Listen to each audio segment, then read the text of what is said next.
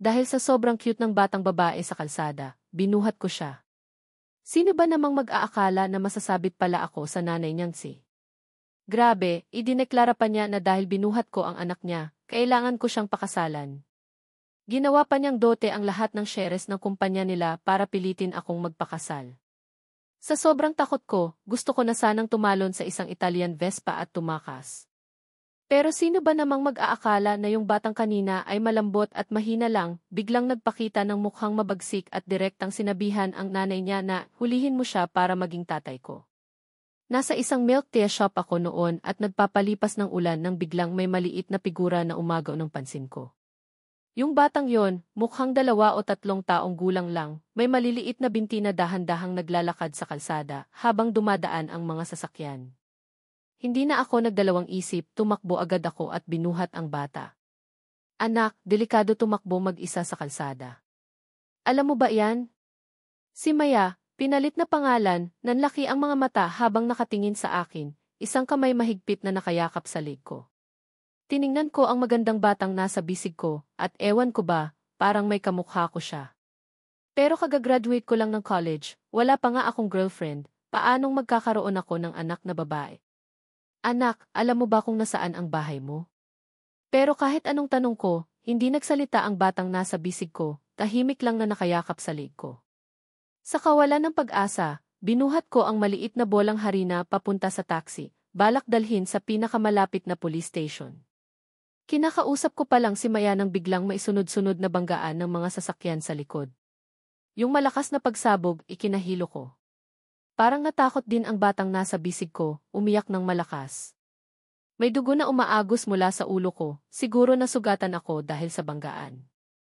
Tapos, gamit ang huling lakas ko, binuksan ko ang pinto ng sasakyan at tinulak palabas ang bata. Kasabay noon, may isang limited edition na Bugatti ang huminto sa harap ng mall. Bumaba mula sa sasakyan ang mahaba, payat at maputing mga binti. Yung malamig at matalim niyang mga mata, nakapagpatindig ng balahibo. Si Maya, nawala dito, ang boses ni Isabel, pinalit na pangalan, ang si, nakasinlamig ng yelo. Narinig yon, si Sofia, pinalit na pangalan, ang kasama ni Isabel, ay nanginginig. Ate Isabelle, gusto ko lang sanang pasyalin si Maya sa syudad, sino ba namang mag-aakala na pagkatapos naming bumili ng damit, hindi ko na siya makita.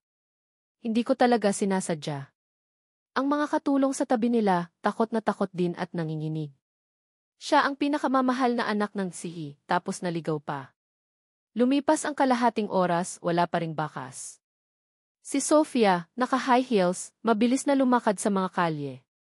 Biglang lumapit ang ilang babaeng bodyguards na nakaitim. Nakita na po namin si young lady. Pagkasabi noon, dinala si Maya. Pero nung oras na yon, si Maya ay nag-aalala at itinuro ang sasakyan sa likod. Si Sofia, yakap si Maya, umiyak ng malakas. Maya, saan ka ba pumunta? Alam mo ba kung gaano ako nag-alala sa iyo? Si Maya, marahas na nagpumiglas, malapit nang tumulo ang luha. Nagtataka si Sofia, ngayon, bakit si Maya parang isang maliit na hayop na nagwawala? Si Maya, bumaba mula sa bisig ni Isabelle at tumakbo pasulong. Si Isabel at Sofia, dali-daling sumunod kasama ang mga bodyguards. Huminto si Maya sa harap ng isang nasusunog na sasakyan. Itinaas niya ang maliliit na kamay at kinatok ang pinto. Agad hinawakan ni Isabel si Maya, senyasan ang isa na buksan ang pinto ng sasakyan para tignan kung may tao sa loob. Wala laman ang loob ng sasakyan. Nakita yon, nag-aalalang bumaba si Maya mula kay Isabelle at gusto na namang pumasok sa loob ng sasakyan. Kahit sa labas si Maya ay mukhang malambot at mahina, ang mga nakakakilala lang sa kanya ang nakakaalam na siya ay isang maliit na demonyo, ugali na parehong spoiled at mabagsik. Napansin ni Isabelle ang kakaiba, agad pinasundan kung anong nangyari at kung sino man ang nasa loob ay dinala na sa ang ospital. Nababaliw nga, si Isabelle, hindi pa raw nakakita ng ganito kay Maya. Sino kaya iyon na kayang magpaalala kay Maya ng ganun? Mabilis kumilos ang mga tao ni Isabelle. Sa loob lang ng kalahating oras, nalaman na ang lahat.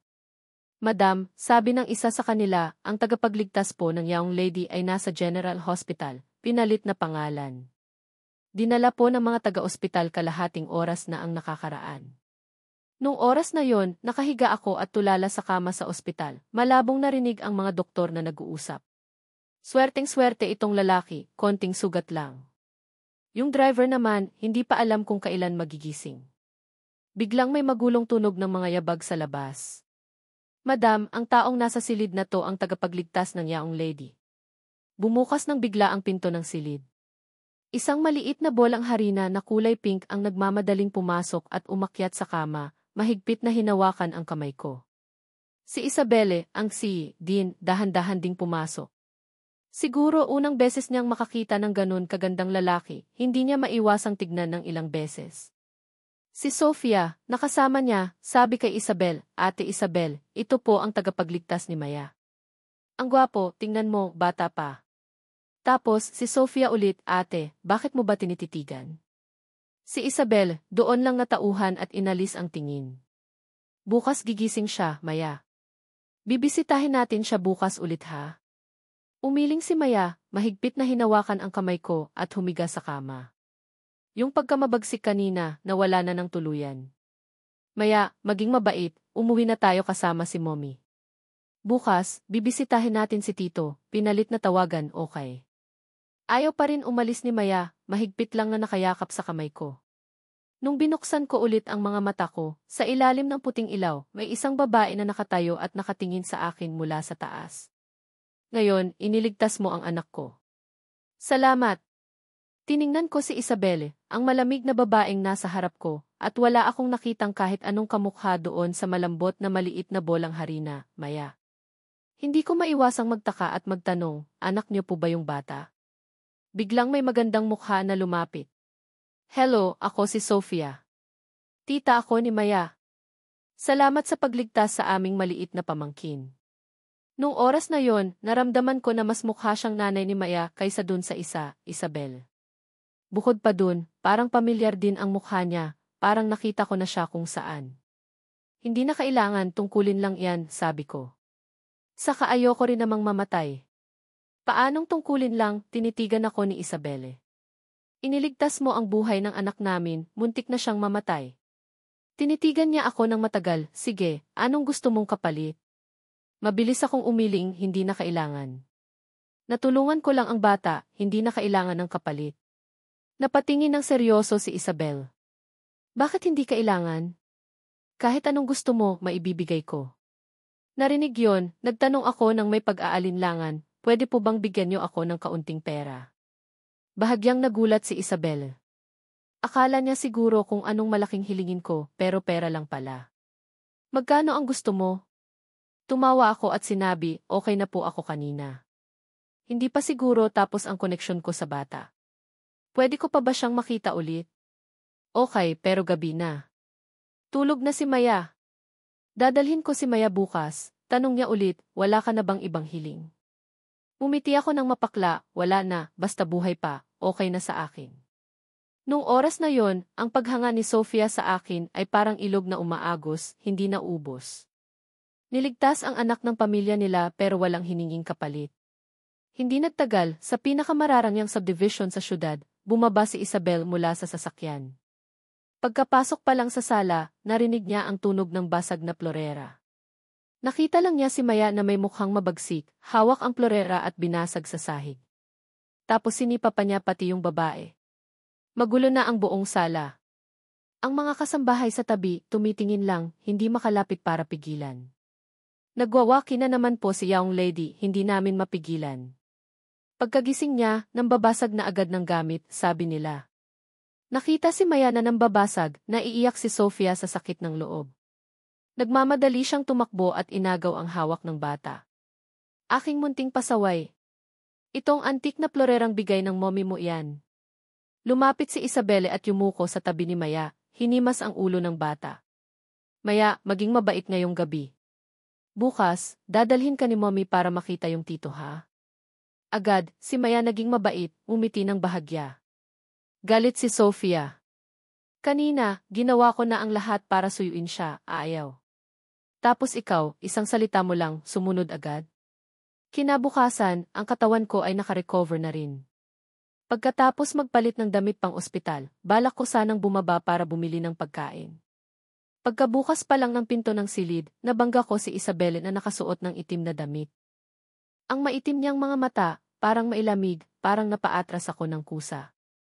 Biglang naramdaman ko na may nakayakap sa binti ko. Tumingin ako sa baba, nakita ko si Maya na mahigpit na nakayakap sa binti ko. Ang malaki, maganda, at malinaw na maitim niyang mga mata ay nakatingin sa akin. Yumuko ako at binuhat ang bata. Anak, may sugat ka ba kahit saan? Umiling si Maya, dalawang kamay mahigpit na nakayakap sa akin, isinubsob ang ulo niya sa dibdib ko. Natigilan si Isabelle, nakanganga siya ang isang itlog. Siya ba yung maliit na demonyo na pag nagalit, nang babasag ng gamit? Bakit pagdating sa kanya, referring to me, 180 degrees ang pagbabago, paalala ni Isabel sa akin, hindi pa magaling ang sugat ni Tito, hindi mo mabubuhat si Maya. Kinawayan ko ang kamay ko, okay lang po, magaan lang ang bata, at okay na rin ang sugat ko. Binuhat ko si Maya at pinaupo sa kama sa ospital. Si Tito dito, wala pang kinakain. Gusto mo ng candy? Bukas, bibilhan ka ni Tito ng lollipop, ha? Umiwi ulit si Sofia. Itong munting demonyong to, 2 taong gulang pa lang, ayaw na ng lollipop. Pero si Maya, sige lang sa pagtango. Yakap ko ang maliit na bolang harina sa bisig ko, ayaw ko siyang bitawan. Ewan ko ba, pero palagi kong nararamdaman ang kakaibang pagiging malapit sa batang ito. Jason, sabi ni Sofia, may dalang pagkain. Ito ang pagkaing espesyal kong dinala para sa iyo mula sa bahay.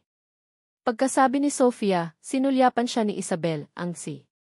Mukhang gusto niyang sabihin, hindi ka naman ang nagpakain sa kanya. Pagkakita ko sa pagkain sa harap ko, natigilan ako. Kahit packed lunch, ganito kayaman? May isda pa. Nung oras na yon, si Maya, ginamit ang maliliit na kamay, kinuha ang kutsara at tinidor at inabot sa akin. Nanlaki ang mga mata ni Sofia. 3 taon na silang magkasama ni Maya, pero hindi pa raw kinuha ni Maya ang kutsara at tinidor at inabot sa kanya. Maya, kumain ka na, sabi ko. Kumuha ako ng piraso ng isda, maingat na inalis ang tinik at isinubo kay Maya. Bumuka si Maya, kinain ang isda. Ang pismi niya, bilog, ang cute tignan. Nakita yon ni Sofia, muntik nang mahulog ang panga. Tapos, nakita niya ulit akong kumuha pa ng gulay para kay Maya. Talagang iba ang trato ng munting demonyong to sa iyo, isip siguro ni Sofia. Nakita lahat ni Isabel. Jason, sabi niya sa akin. Tatanungin ko ulit. Anong gusto mong kapalit? Itinaas ko ang ulo ko. Wala po akong kailangan na kapalit. Kung pwede po, pahintulutan niyo lang akong makita si Maya minsan. Narinig yon, nag-isip si Isabel sandali, tapos biglang sinabi, pwede mong piliin ang paraang pakasalan mo ako. Sa ganun, makikita mo si Maya araw-araw. Pagkarinig ko noon, natigilan ako. Si Isabelle ang maihawak ng kapangyarihan sa syudad na to, ang buong business world, nirerespeto siya. Bukod pa dun, balita na ayaw niya sa mga lalaki. Ilang taon na, walang lumalabas na lalaki sa tabi niya. Tapos ngayon, sinasabi niyang gusto niya akong pakasalan? Nananaginip ba ako? Sobrang surreal ng mundong to. Sa ngayon, wala pa akong plano magpakasal, sabi ko. Isa lang akong ordinaryong tao, hindi ako karapat-dapat para sa inyo. Tiningnan ni Isabelle ang bata at gwapo kong mukha. Karapat-dapat o hindi, hindi mahalaga. Ang mahalaga, gusto ka ni Maya. Narinig yon, nagmamadali akong umalis. Mukhang magaling na ang sugat ko. Mauuna na po ako. Tumahimik si Isabel sandali. Hindi kita pipilitin. Kung may oras ka, bisitahin mo si Maya.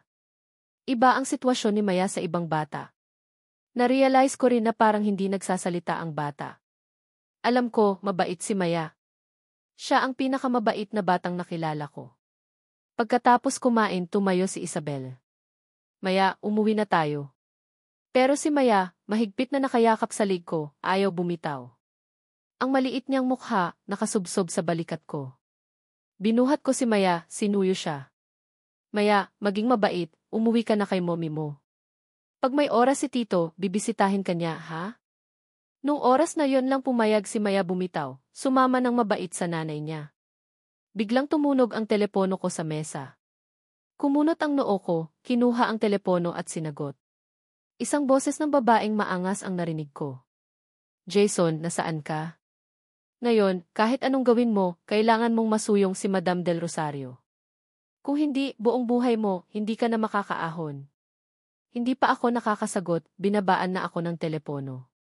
Si Madam Del Rosario ay isang mid-aged na babae, mahigit 50 na. Balita na marami raw siyang bialaga na mga batang lalaki sa showbiz. Kahapon, hinipuan pa ako ni Madam Del Rosario.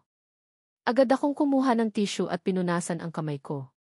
Noong oras na yon, sunod-sunod na tawag ulit ang dumating. Jason, yung investment para sa pelikulang to, nakasalalay lahat kay Madam Del Rosario.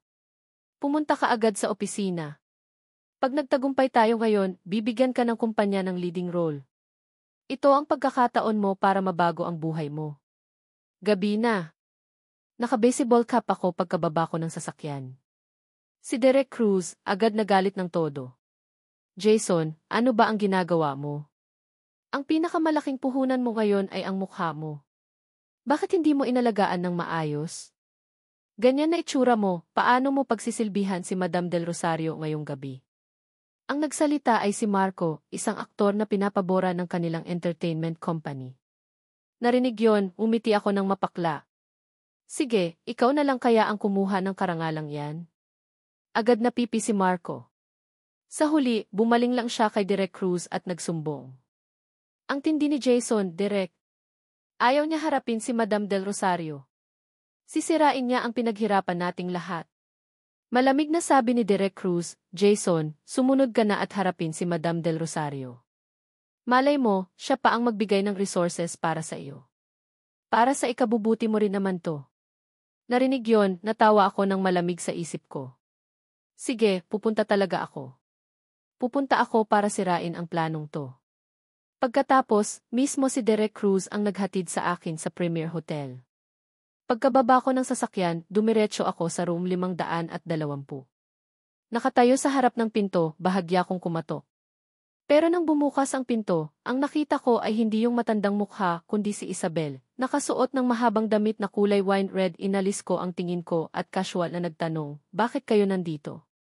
Tiningnan ako ni Isabelle mula ulo hanggang paa.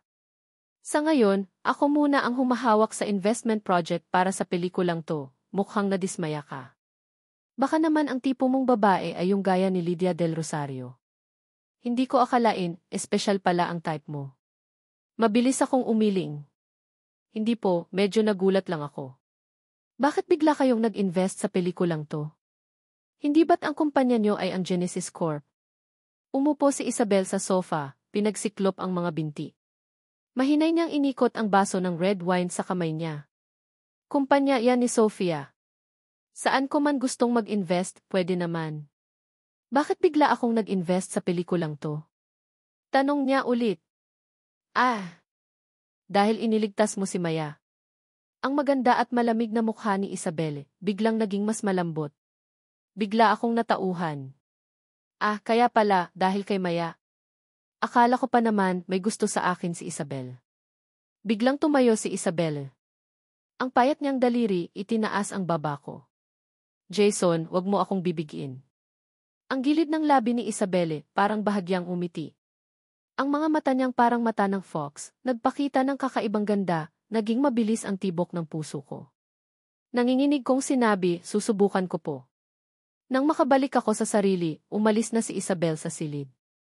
Pinisil ko ang dibdib ko, sinabi sa sarili ko, tigil na sa pagtibok. Bukas, kailangan kong pasalamatan si Isabelle. Malaking tulong ang nagawa niya sa akin. Kinabukasan, bumili ako ng ilang magagandang manika. Sumakay ako ng taxi, diretso sa Marangyang Subdivision. Pagkababa ko pa lang ng sasakyan, tumakbo na si Sofia palabas, hinila ang kamay ko at hinatak ako papasok. Jason, sa wakas, dumating ka na. Muntik na namang sirain ang munting demonyo namin ang bahay kanina. Sige lang sa paghahanap sa iyo. Buti na lang dumating ka. Nagulat ako. Hindi naman siguro. Ang bait-bait ni Maya, paanong makakasira yan ng gamit? Hindi mo alam, araw-araw nang babasag ng gamit yang munting demonyong yan. Ang mabagsik niya. Maliwanag na hindi ako naniniwala. At nga, pagkapasok ko sa sala, nakita ko si Maya, mabait na nakaupo sa sofa at nagbabasa ng libro. Kahit medyo magulo ang paligid, hindi yon nakakaapekto sa pagiging cute at mabait ni Maya. Paano kaya maging mabagsik ang ganito ka-cute at kabating bata? Si Sofia, tulala rin.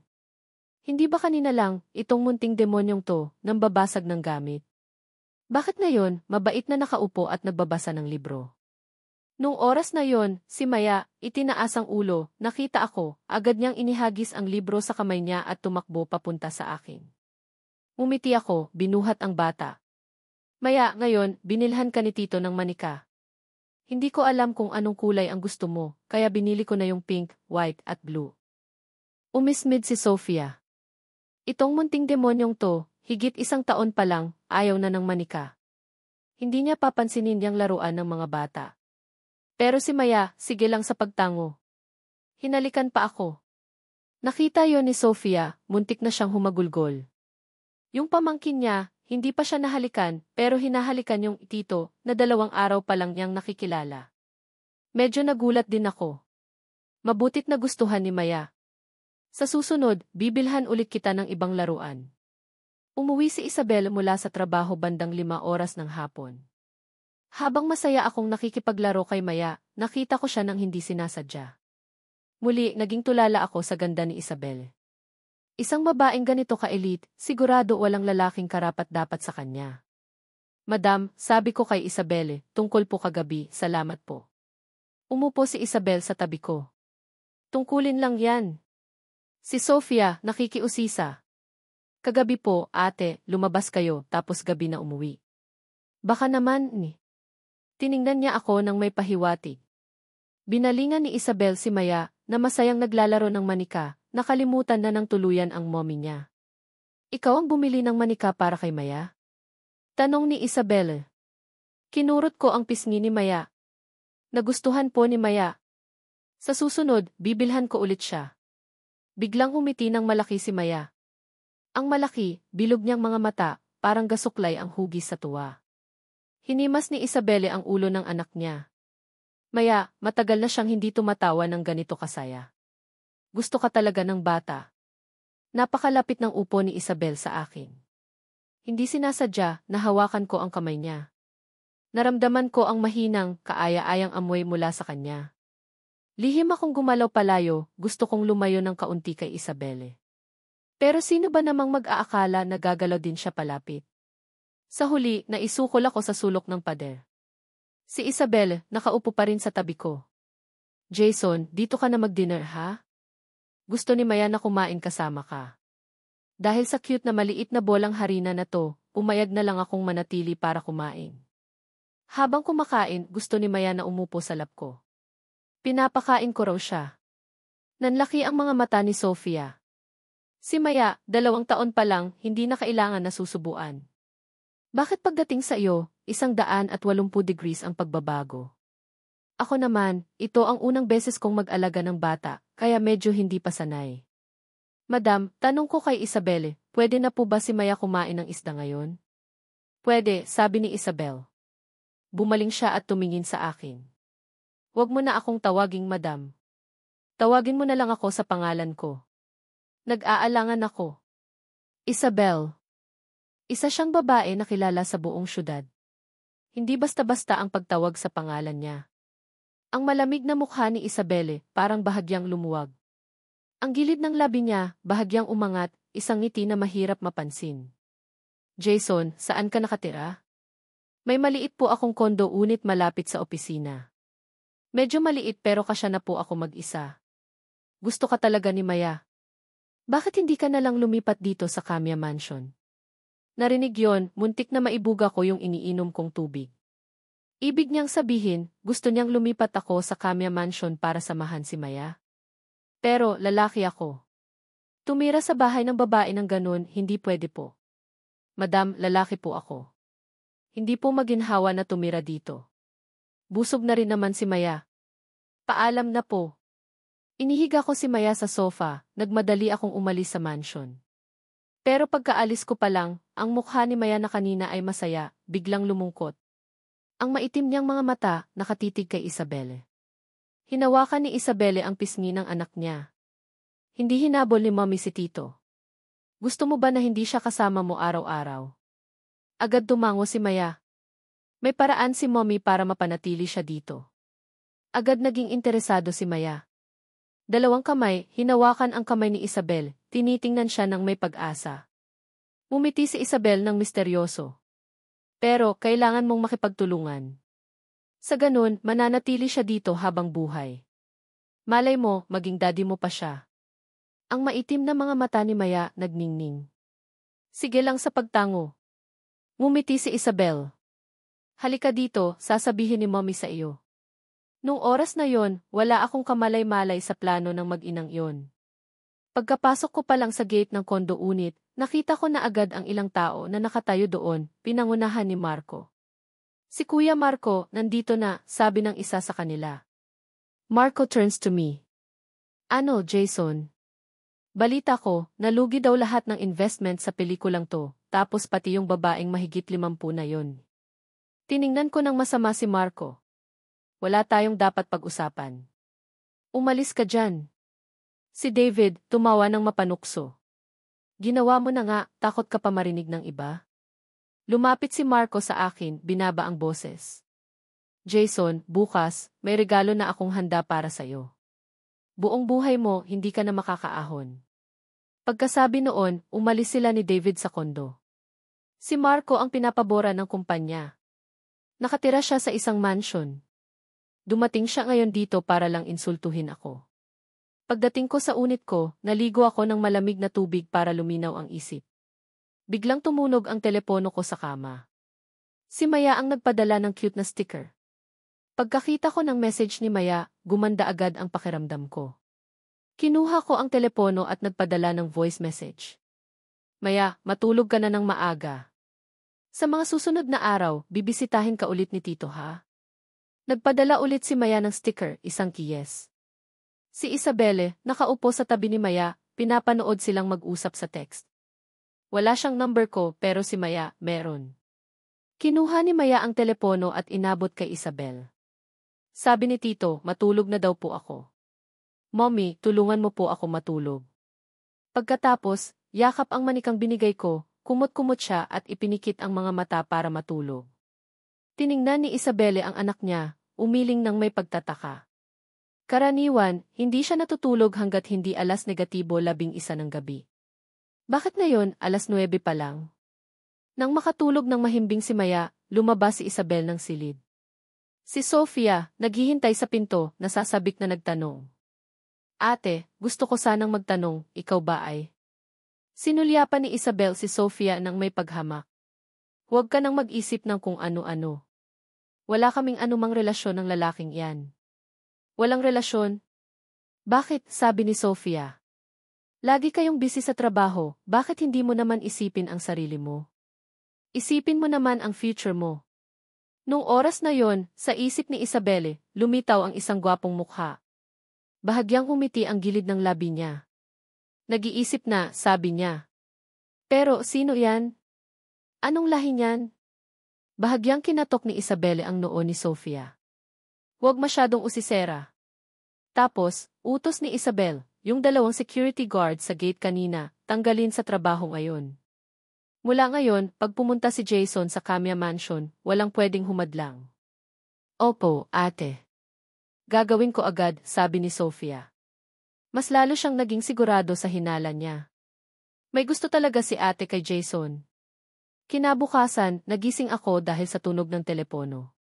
Kinuha ko ang telepono sa mesa nang hindi pa masyadong gising. Pagkasagot ko pa lang, isang galit na boses ang narinig ko. Jason, nakita mo na ba ang balita? Yung tungkol sa pagpapapunta sa iyo ni Madam Del Rosario, ewan ko kung sino ang nagkalat sa internet. Para mapanatili ang dignidad ng kumpanya, binawi na nila ang leading role mo. Casual lang ako. Gusto ko pang ang tumawa. Alam na alam ko na ang kumpanyang to, narinig ko rin sa kabilang linya, Jason, huwag kang malungkot. Pagkatapos ng investment project na to, iaayos ko para makasama ka sa wildcard na team. Tapos may nagsabi, baba ko na muna, maraming trabaho sa opisina. Binabaan na ako. Pagkatapos, binabaan ko ang telepono. Binuksan ko ang internet browser. Ang trending topics, baguhang aktor Jason, nakasama si Madam Del Rosario magdamag. Sino si Jason? Paano niya nagawa to? Ang gwapo naman ni Jason, bakit kaya si Madam Del Rosario? Inihagis ko ang telepono sa tabi. Ang sitwasyon ngayon, hindi ko na kontrolado. Naalala ko ang sinabi ni Marco kagabi. May sagot na ako sa isip ko. Talagang malupit ang ginawa ni Marco, pero sayang, hindi si Madam Del Rosario ang investor ngayon. Binuksan ko ang messaging app kay Maya at nag-text. Maya, nasa bahay ba si Mommy? Nagpadala si Maya ng sticker, umiling. Hindi po. Kung ganun, nasa opisina ba si Mommy? Nagpadala si Maya ng sticker, tumango. Natunaw ang puso ko. Ang madilim na pakiramdam kanina, nawala. Pagkatapos, agad akong pumunta sa kumpanya ni Isabelle. Hindi pwedeng mangyari ang gusto ni Marco. Pagkadating ko sa pinto ng kumpanya, may isang receptionist ang nagtanong, "Sir, sino po ang hanap niyo?" "Hinahanap ko si Madam Isabelle," sagot ko. "May appointment po ba kayo?" tanong niya. Sobrang busy po ni Madam Isabelle, hindi po basta-basta pwedeng makipagkita. Pwede na po kayong umuwi. Ang mga receptionist sa likod, palihim na nagtatawanan. Yung damit niya, ilang libong piso lang siguro, tapos gusto makipagkita kay Madam Isabel. Bakit hindi siya tumingin sa salamin? Bukod sa mukha niya, ano pa ang meron siya? Siguro, gusto niyang kumapit kay Madam Isabel natin. Nag-iba ang itsura ko. Ayoko na rin namang mapahiya dito. Pababa na sana ako para umalis nang biglang nagmamadaling tumakbo palabas si Sofia. Pagkakita niya sa akin, kinawayan niya ako. "Jason, bakit ka nandito? Hinahanap mo ba ako?" "Hinahanap ko si Madam Isabel, may gusto lang akong sabihin," sabi ko. Pero parang hindi ako pinapapasok. Binalingan ni Sofia ang mga receptionists. Agad silang nanginginig. "Madam Sofia, hindi po namin alam na kaibigan niyo po siya." Malamig na sabi ni Sofia, "Hintayin niyo lang, personal kong haharapin kayong lahat. Jason, sumunod ka sa akin. Dadalhin kita sa opisina ng ate ko." Pagpasok sa elevator, humingi ng tawad si Sofia.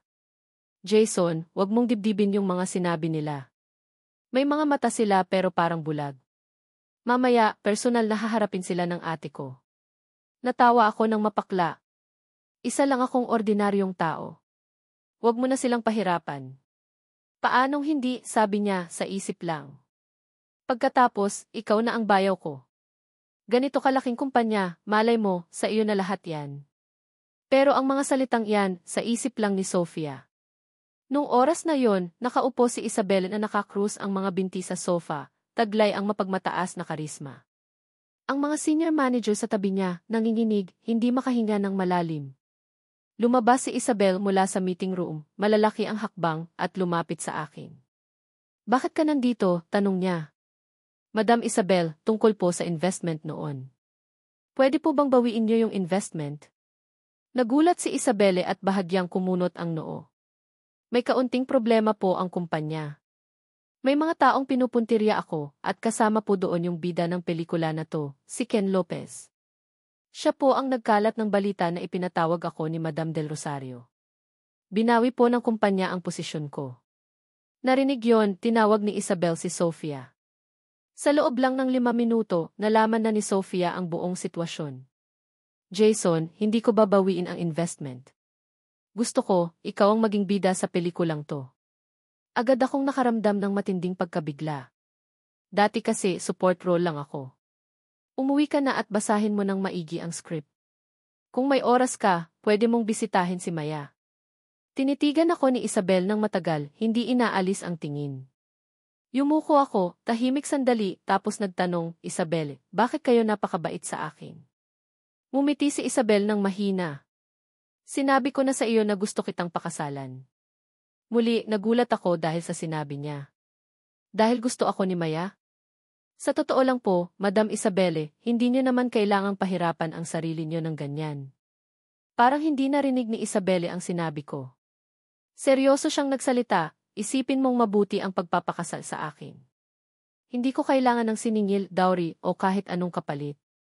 Narinig yon, agad akong tumalikod at umalis. Wala na. Mauuna na po ako. Hindi ko na po guguluhin si Madam Isabel. Tiningnan ni Isabelle akong umalis ng silid. Ang kanyang paghinga ay naging malamig. Sofia, tingnan mo kung sino ang gumawa nito. Nung oras na iyon, binuksan ko ang telepono at nakita ang isang bagong hot topic. Ang top star na si Kuya Reyes, nagbigay ng pahayag tungkol sa akin.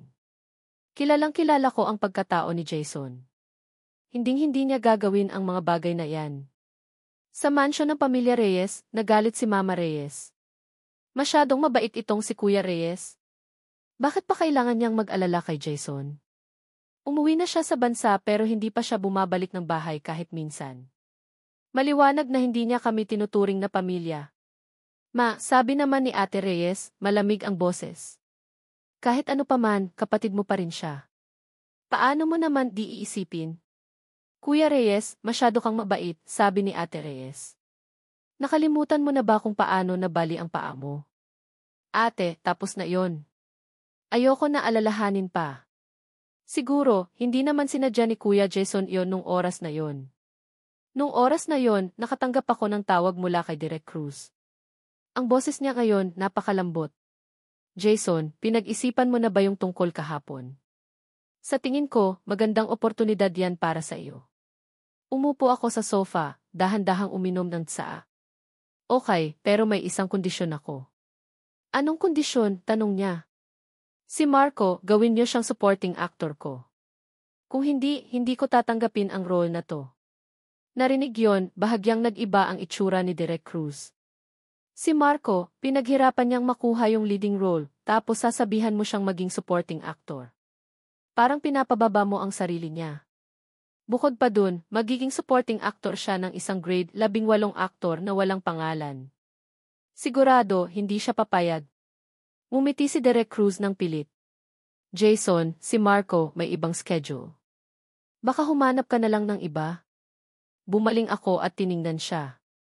Kung ganun, si Kuya Reyes na lang. Biglang nawala ang pilit ng ngiti ni Direk Cruz, napalitan ng madilim na itsura. Si Kuya Reyes ang A-list star ng kumpanya natin. Tumingin ka nga sa salamin kung sino ka. Ilang buwan ka pa lang sa showbiz. Kung hindi lang dahil sa investor na nagdesisyon na ikaw ang bida, sa tingin mo, magkakaroon ka ng sansa. Sigaw ni Direk Cruz sa galit, muntik nang maitumba ang mesa sa opisina. Maraming tao ang nagkukumpulan sa labas, gustong marinig kung anong nangyayari sa loob. Hindi ko naman inalala yon. Inilapag ko ang tasa ng tsaa. Kung ganun, okay na. Maya, umuwi na tayo. Si Maya, na naglalaro ng laruan sa mesa, narinig yon, tumakbo papalapit sa akin, umakyat sa lap ko. Nakita ni Direk Cruz ang halos magkamukha naming dalawa, may sagot na siya sa isip niya. Jason, anak mo yan? Anak po ng kaibigan ko, sagot ko. Nakahinga ng luwag si Direk Cruz. Kung may anak na babae si Jason, malaki ang epekto sa karyer ng artista, lalo na kung bida. Maraming fans ang key fan only OT couple fan. Pag nalaman nilang kasal o may anak ang idol nila, agad silang mag-unfollow ng walang dahilan. Jason, yung tungkol kay Kuya Reyes na magiging supporting actor mo, wag mo na isipin. Si Marco, pwede pa nating pag-usapan. Tatanungin ko ang Vice President. Kalmado na si Direk Cruz. Kahit ano pa man, napakaganda ng kondisyon na binigay ng investor ngayon. Hindi pwedeng tanggihan ng kumpanya nila. Hindi ko alam kung sa anong big shot, kumapit itong si Jason, at bakit siya papayagan ng ganun. Binuhat ko si Maya at lumabas ng opisina. Sa pagkakataong to, sila ang nakikiusap na umarte ako sa pelikula nila. Hindi masamang pakiramdam to, habang sumisipol, binuhat ko si Maya at naglakad sa loob ng kumpanya. Sa daan, ang mga kasamahan ko nakatingin sa akin ng gulat. Jason, kailan ka nagkaanak na babae? Kasal ka na nung college pa lang? Biglang may kumatok sa pinto. Binuksan ko, wala akong nakita.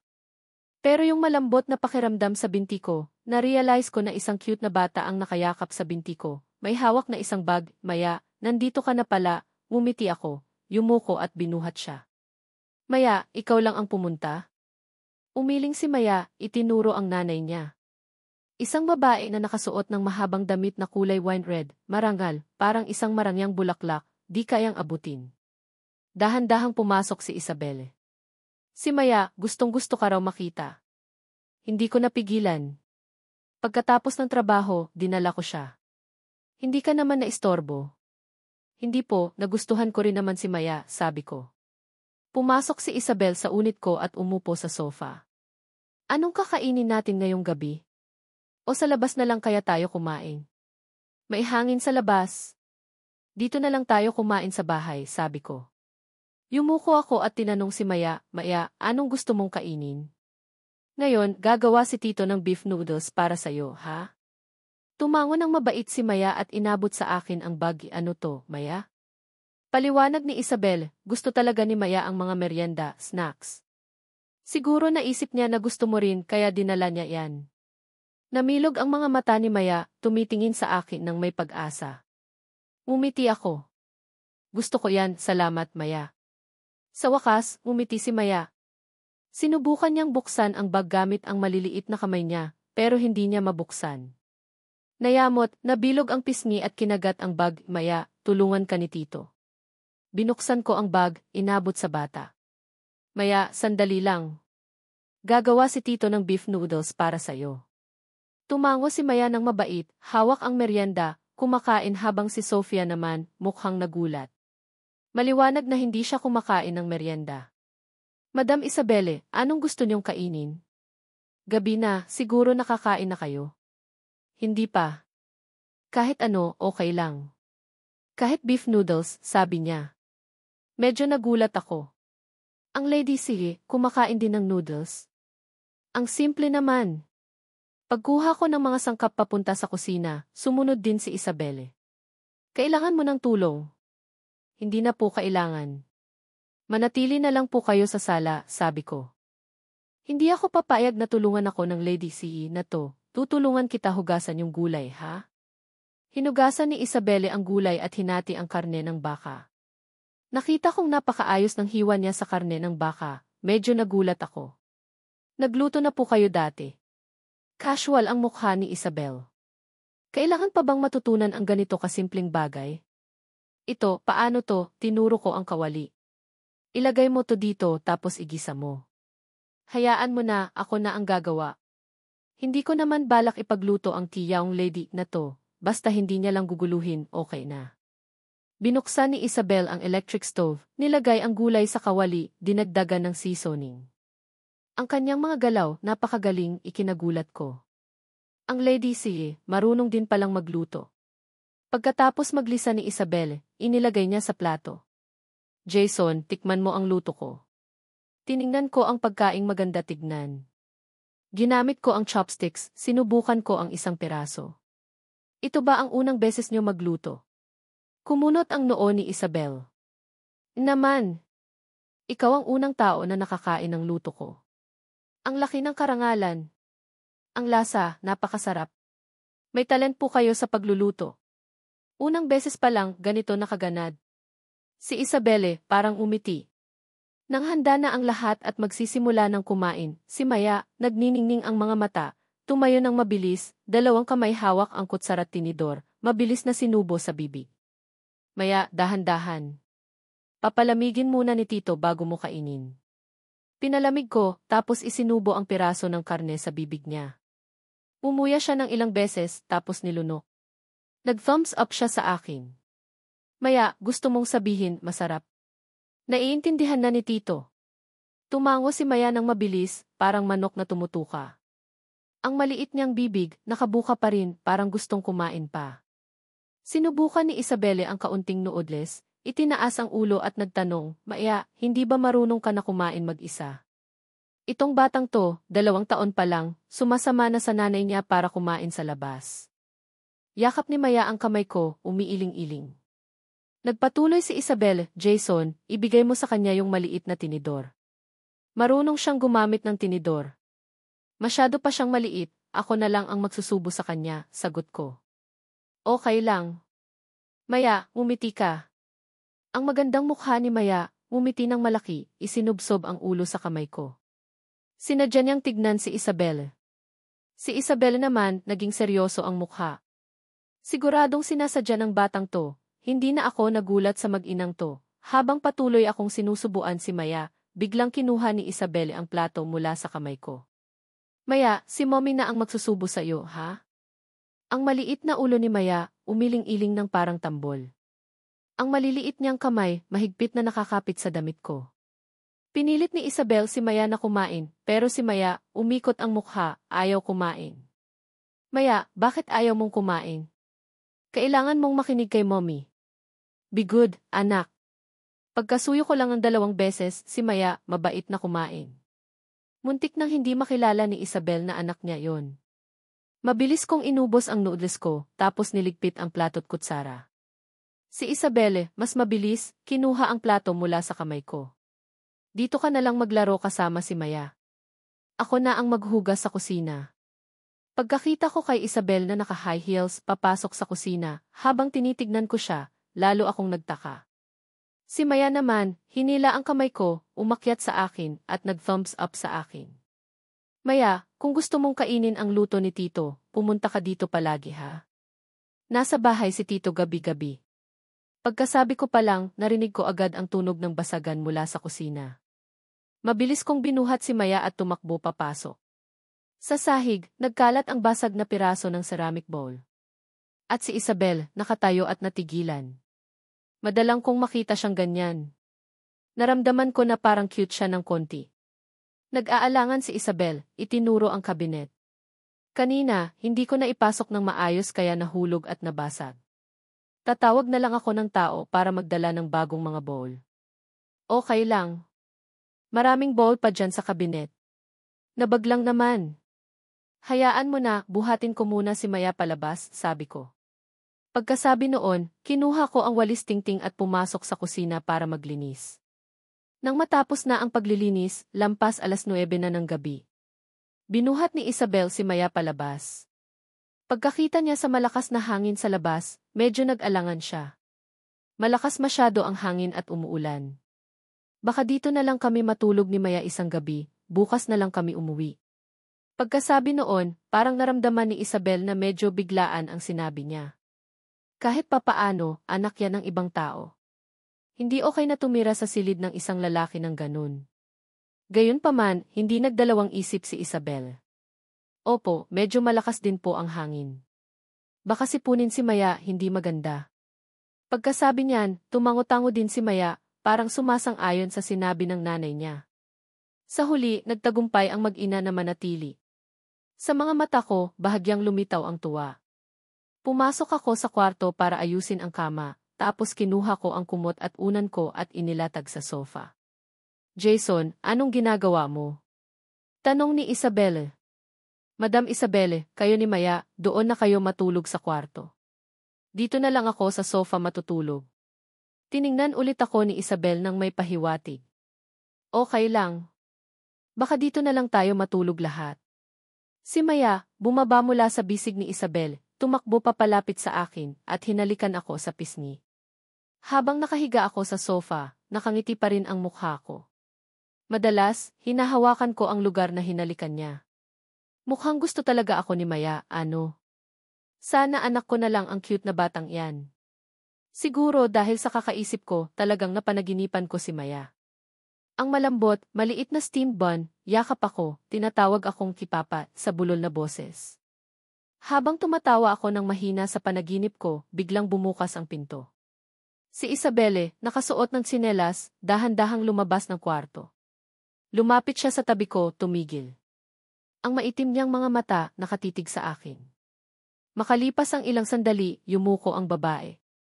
Ang mapula niyang mga labi dumampi sa labi ko.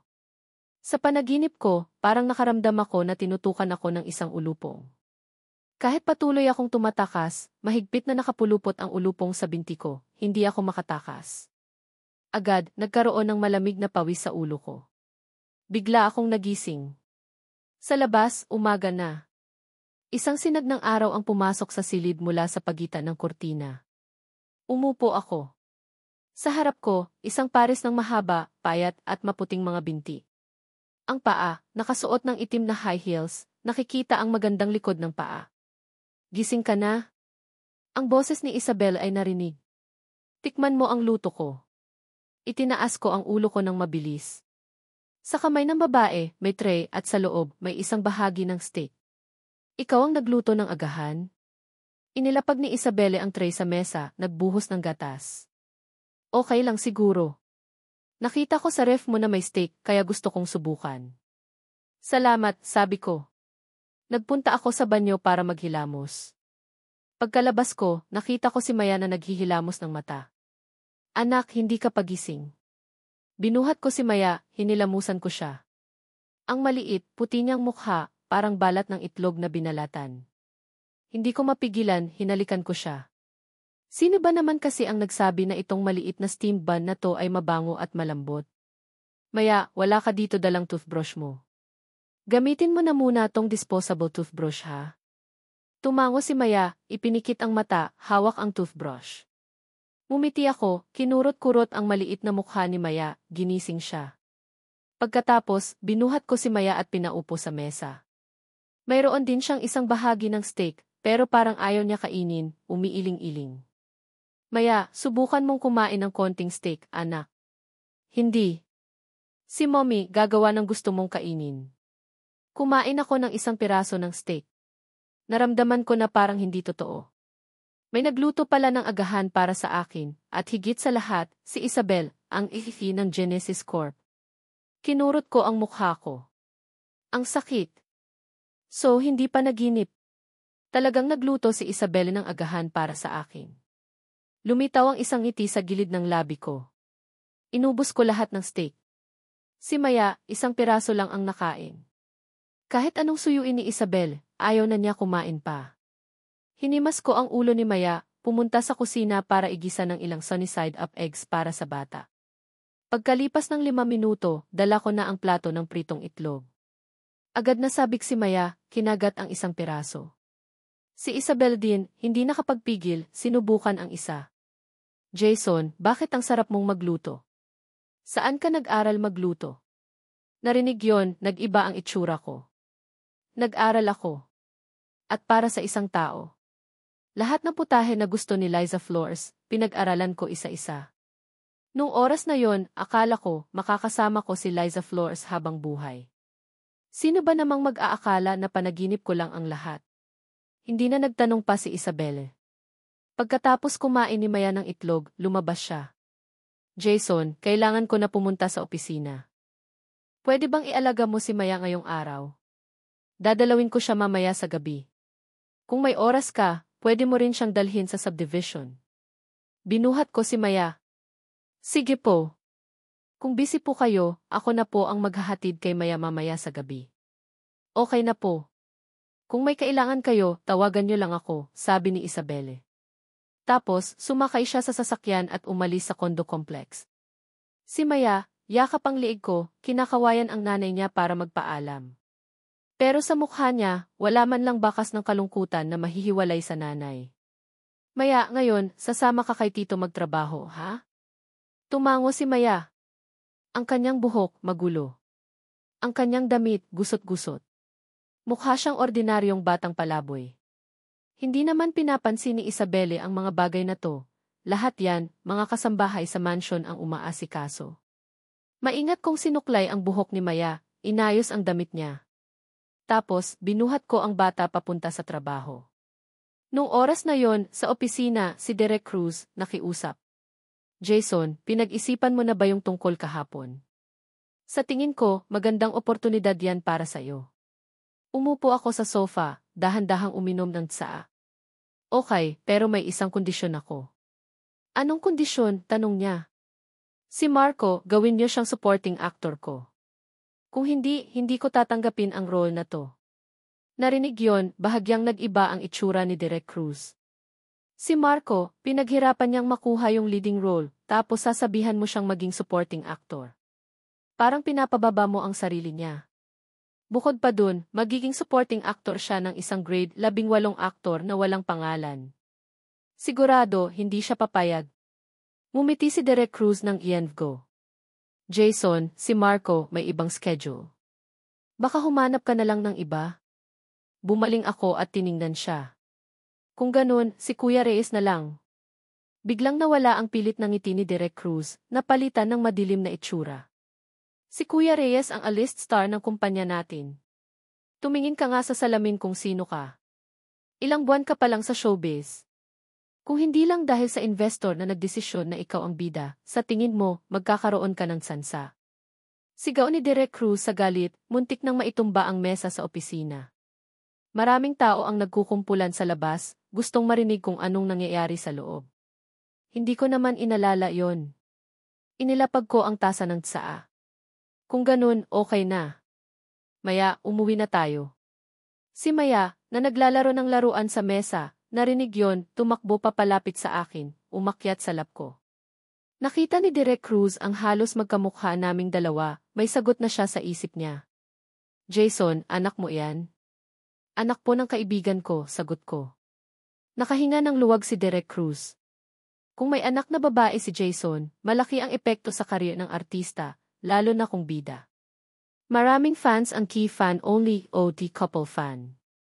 Pag nalaman nilang kasal o may anak ang idol nila, agad silang mag-unfollow ng walang dahilan. Jason, yung tungkol kay Kuya Reyes na magiging supporting actor mo, wag mo na isipin. Si Marco, pwede pa nating pag-usapan. Tatanungin ko ang Vice President. Kalmado na si Direk Cruz. Kahit ano pa man, napakaganda ng kondisyon na binigay ng investor ngayon. Hindi pwedeng tanggihan ng kumpanya nila. Hindi ko alam kung sa anong big shot, kumapit itong si Jason, at bakit siya papayagan ng ganun. Binuhat ko si Maya at lumabas ng opisina. Sa pagkakataong to, sila ang nakikiusap na umarte ako sa pelikula nila. Hindi masamang pakiramdam to, habang sumisipol, binuhat ko si Maya at naglakad sa loob ng kumpanya. Sa daan, ang mga kasamahan ko nakatingin sa akin ng gulat. Jason, kailan ka nagkaanak na babae? Kasal ka na nung college pa lang? Si Maya, nakita. Sige, narito ang kasunod na bahagi ng inyong kwento, isinalin at iniaangkop sa wikang Tagalog, gamit ang mga pinalitang pangalan at pananaw. Nakita si Jason, yumakap sa binti ko at tumango. Yumuko ako at matyagang tinuruan si Maya na tumawag sa telepono. Tinuruan ko siya ng isang beses, hindi pa rin niya alam. Okay lang, ang mga batang matalino, kailangan pang turuan ng ilang beses para matuto. Si Maya, isang beses palang tinuruan. Tuturuan ulit ni Tito. Hinawakan ko ang telepono at tinuruan siya ulit. Hanggang sa ikatlong beses, natuto rin si Maya. Pagkakita sa sasakyang umalis sa mansion, nagtanong si Isabel, umalis na si Tito. Bakit hindi mo na lang pinaturo ulit sa kanya ng ilang beses? Mumuso si Maya. Kung masyado akong mukhang bobo, baka hindi na ako gusto ni Tito Jason. Gusto ng mga matatanda ang mga batang matalino. Napahawak sa noo si Sofia. Aba, sinadya mo pala. Yung huling beses, tumawag ka pa nga para manggulo. Bakit nitong mga nakaraang araw, hindi ka na tumawag? Ayun, nagkunwari lang pala siya. Nang mabuking ang nasa isip niya, si Maya, mahigpit na ngumuso, hindi na nagsalita. Itong batang to talaga, parang multo. Bumalik ako sa kondo unit ko bandang 9:00 ng gabi. Mukhang may anino na nakatayo sa pinto. Kuya Reyes, bakit ka na naman nandito? Tanong ko. Binaba ni Kuya Reyes ang boses niya. Kuya Jason, gusto kang umuwi sa bahay ni Mama at Papa. Pakiramdam nila, nagkasala sila sa iyo nitong mga nakaraang taon. Gusto ka raw nilang pauwiin para bigyan ka ng marangal na trabaho. Hindi marangal ang trabaho ko. Natawa ako ng malamig. Huwag mo kalimutan, nasa showbiz ka rin. Hindi po yan ang ibig kong sabihin, kuya, sabi ni Kuya Reyes. Nung nakaraan, nakita ni Mama at Papa yung trending news, akala nila inaalagaan ka ng kung sinong matandang babae. Kaya gusto nila akong ihatid ka pabalik. Ngumiti ako ng malamig. Yung trending news, sinadya mong ipakita sa kanila, di ba? Kuya, gusto talaga kitang tulungan, kaya ko ginawa yan para malinawagan sila. Huwag mo akong maintindihan ng mali, sabi ni Kuya Reyes. Wala akong ibang intensyon. Alam ko, matagal ko nang inupuan ang posisyon mo, pero hindi ko sinasadya.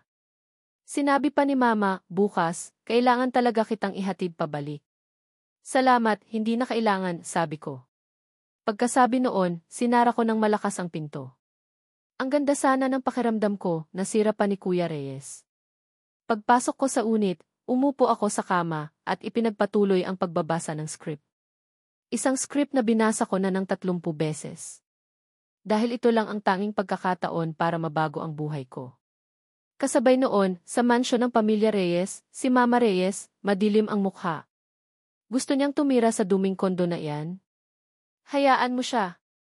Hindi rin naman nakakahiya sa pangalan ng pamilya Reyes, buti na lang, wala namang nakakaalam na siya ang panganay ng pamilya Reyes. Itinuro ni Papa Reyes si Mama Reyes at nagalit dahil sa iyo. Anong klaseng anak na lalaki ang pinanganak mo? Ngayon, inaalagaan na lang siya ng kung sinong matandang babae. Pag kumalat to, saan na natin ilalagay ang mukha ng pamilya Reyes? Wala namang nakakaalam, di ba, sabi ni Mama Reyes. Nung oras na yon, hindi naman inilabas sa publiko. Buti na lang talaga, hindi nila inilabas sa publiko ang pagkatao ko nung oras na yon dahil natatakot silang malungkot si Kuya Reyes. Pinagbilinan ni Papa Reyes si Kuya Reyes. Kuya Reyes, bantayan mo siya. Huwag mo hayaang kung ano-ano ang masabi niya sa labas. Ikaw ang pag-asa ng pamilya natin. Sa susunod, sa iyo ko ipagkakatiwala ang Reyes Group. Tiningnan ni Papa Reyes si Kuya Reyes ng may pagmamalaki. Ang tanging ipinagmamalaki niya ay si Kuya Reyes. Papa, makakasiguro po kayo, sabi ni Kuya Reyes. Hindi ko po kayo bibigyan ni Mama. Sa mga mata ni Kuya Reyes, sumilay ang isang malamig na ngiti. Sigurado, ang Reyes Group ay mapupunta sa kanya. Samantala, si Isabel, nakipag-meet na sa screenwriter na si Octavio. Nakaupo si Isabel, inabot ang script kay Octavio. Huwag kang matense. Gusto ko lang pag-usapan ang role ng female supporting character. Pwedeng tanggalin ang role ng female supporting character. Pero, may ilang mahahalagang eksena pa po ang female supporting character. Kung tanggalin ang role niya, baka maapektuhan ang buong istorya, sagot ni Octavio. Nagpatuloy si Isabel sa pagtanong. Kung ganun, pwedeng tanggalin ang ilang mga eksena niya. Halimbawa, yung mga eksena ng pagkakahawak ng kamay at kung ano-ano pa. Sa tingin ko, hindi naman kailangan yan. Ito po, mahirap yan. Kailangan pong i-revise ang script, sabi ni Octavio. Kinuha ni Isabel ang isang platinum card at inilapag sa mesa. 3 milyon piso, sapat na? Sunod-sunod na tumango si Octavio. Sapat na po. Sapat na po. Sigurado po, maayos ko ang role ng female supporting character sa pagkakataong ito. Nang maayos na yon, kinuha ni Isabel ang telepono at tinawagan ako. Madam Isabel, natapos ko na po ang pag-uusap sa scriptwriter. Babaguhin po ng kaunti ang role ng female supporting character, pero hindi po maapektuhan ang buong istorya. Ngumiti ako at sumagot, okay po ang desisyon ni Madam Isabelle. Kayo po ang pinakamalaking investor, kahit anong gawin niyong pagbabago, okay lang po sa akin. Kung ganun, makikipag-ugnayan na po ako sa production team. Siguro, sa loob ng 2 araw, tapos na ang revision ng script. Tabi. Tabi. Huwag niyo harangin ang daan ni Ime Reyes. Biglang may ingay na narinig. Parang narinig ko ang isang pamilyar na tawag. Nakita ko ang 8 bodyguards na binubuksan ang daan. Ang babaeng nasa gitna, napakaganda, nakasuot ng puting damit, may eleganteng tindig. Siya si Ate Reyes, ang pangatlo kong kapatid. Tahimik akong umatras ng kaunti. Ayokong makasabay si Ate Reyes. Siyempre, hindi rin ako napansin ni Ate Reyes. Ang taong nakatayo sa isang sulok, nakatutok ng buong puso sa audition na to. Lumipas ang 3 araw ng audition. Susunod na ang paghihintay sa resulta. Natapos na ni Isabel ang pag-revise ng script. Nang basahin ko ang bagong script, na-realize ko na halos pareho lang sa dati. Kaso, ang role ng female supporting character, mas nabawasan ng husto. Baka naman ayaw ni Madam Isabel ng romantic scenes. Binuksan ko ulit ang script ng male lead. Ang script ng male lead at female lead, hindi naman nabago. Bakit ang akin lang ang binawasan? Nagtanong si Isabel, kumusta? May epekto ba sa'yo ang pagbawas ng eksena? Sa una, hindi ko naman talaga planong makipag-date sa pelikula. Sa pagbabago ngayon, mas gusto ko pa. Napili na rin ang female lead, walang iba kundi si Ate Reyes, si Bianca Reyes. Ang female supporting character naman, isang young star na bagong dating mula abroad, si Shen Yu. Agad, sa social media, naglabasan ang sunod-sunod na hot searches. Shen Yu, bakit biglang naging supporting role? Dati, hindi ba leading role lang siya? Tapos, supporting role pa siya ni Bianca Reyes? Tutol kami kay Bianca Reyes. Sigurado may backer si Bianca Reyes. Balita, kapatid daw siya ni Kuya Reyes, ang movie king. Kailan pa naging movie king si Kuya Reyes? Bakit hindi namin alam? Nakita ni Bianca Reyes ang mga comment na to, nagalit siya ng husto, namula ang mga mata. Malakas niyang inihagis ang telepono sa sahig, nabasag. Si Kuya Reyes, mukhang hindi mapakali. Ate, baka huwag na lang. Hanapan na lang kita ng mas magandang pelikula. Malamig na sabi ni Bianca Reyes, hindi pwede. Napakaganda ng script na to. Bukod pa dun, pelikula to ni Direk Zhang. Kailangan ko itong maging bida. Hindi ko pa narinig ang pangalang Shen Yu dati, sabi ko. Paliwanag ni Kuya Reyes. Siya ang legend sa singing and dancing industry noon.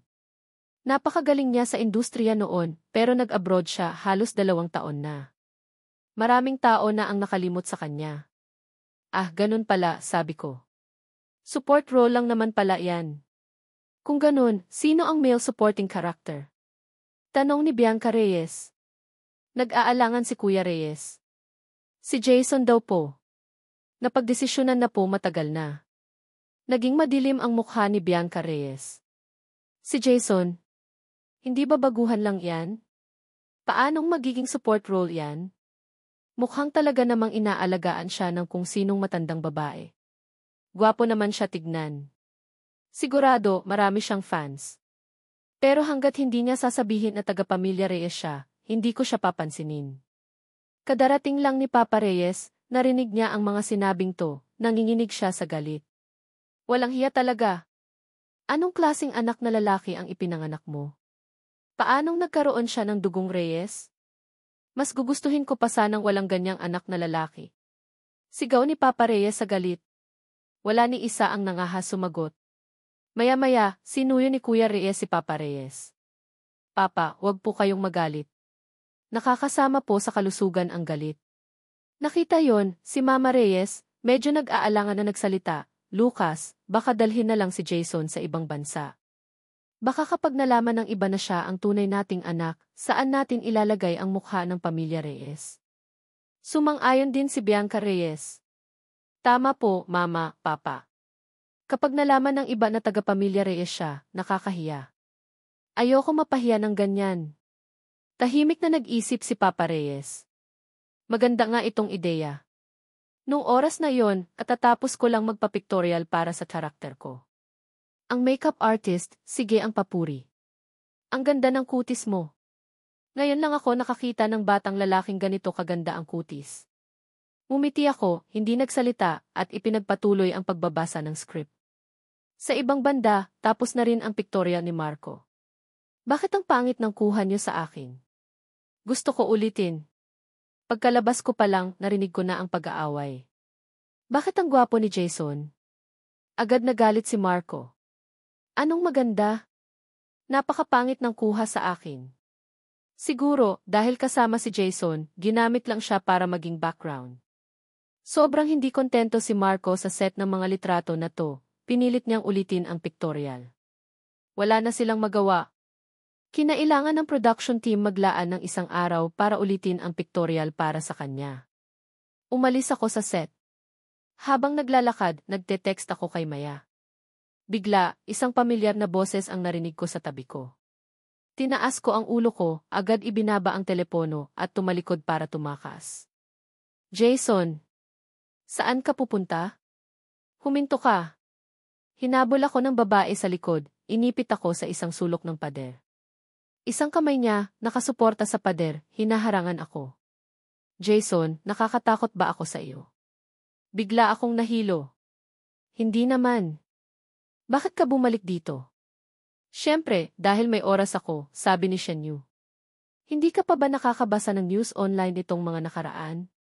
Siguro, hindi mo pa alam na ako ang female supporting character sa pelikulang to, di ba? Ano raw? Napakamot ako ng ulo. Akala ko, mali ang narinig ko. Hindi ka nagulat, sabi ni Shen Yu. Ito ang unang pelikula na tinanggap ko pagkatapos ng 2 taon. Swerte ka ah. Kumunot ang noo ko, tiningnan siya. Hindi ba nagko-compose ka ng bagong dance? Medyo nawawalan kasi ako ng inspirasyon nitong mga nakaraan, paliwanag ni Shenyu. Kaya gusto kong umarte sa pelikula para maaliw ang sarili ko. At nagkataon lang na nakuha ko ang role ng female supporting character sa pelikulang to. Pero, 2 buwan ka palang bumalik sa bansa, nakuha mo na agad ang role ng male supporting character. Mukhang hindi naman masama, ano? Agad akong inakbayan ni Shenyu, parang malapit kami. Nakita kong walang tao sa paligid, agad ko siyang itinulak palayo. Shenyu, pag nakita ng iba, iisipin nila na mag-on tayo. Isipin? Di isipin nila. Kung gusto nila intindihin ng mali, yan ang gusto nila. Bakit mo ako iniiwasan, sabi ni Shenyu. Alam ko na babae ako. May epekto sa iyo, di ba? Nagpatuloy si Shenyu sa paghawak sa braso ko. Okay lang. Pag may oras ka, kumain tayo sa labas, ha? Pero hindi ngayon, sabi ko. May lakad na ako. Hawak ko ang telepono, nagpatuloy sa pagte-text kay Maya. Nakaramdam si Shenyu ng masamang hinala sa puso niya.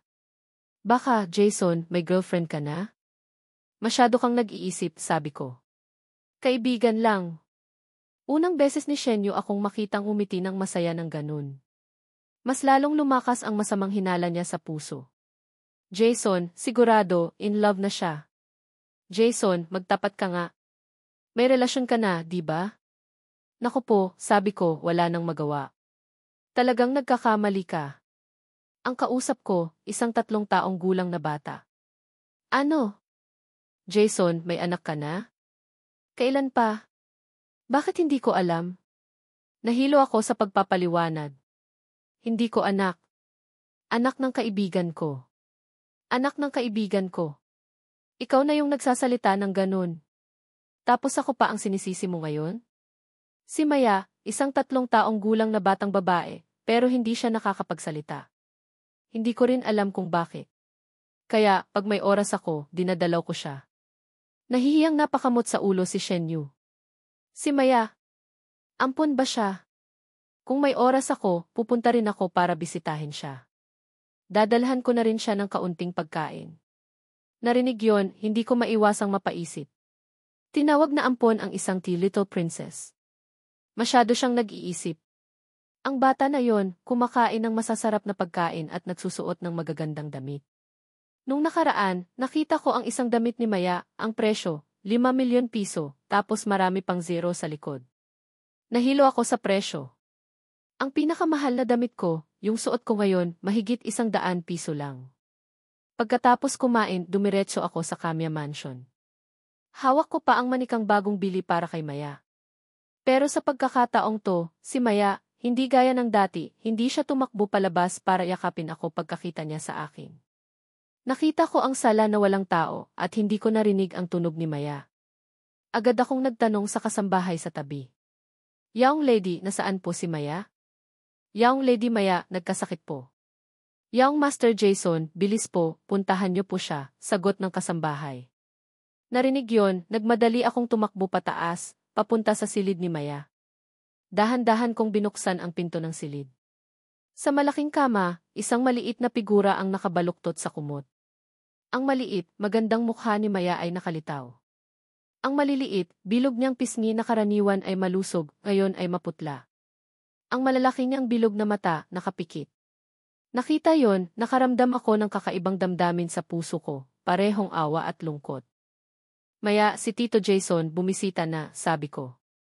Narinig ang boses ko, nanlaki ang mga mata ni Maya, iniabot ang maliliit na kamay niya, gusto siyang buhatin. Maya, nasa trabaho si mommy at si tita mo. Tanong ko. Kawawa naman talaga ang bata.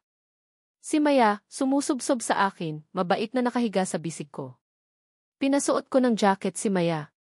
Nagmadali akong binuhat siya pababa. Nagkasakit si Maya. Dadalhin ko siya sa ospital muna.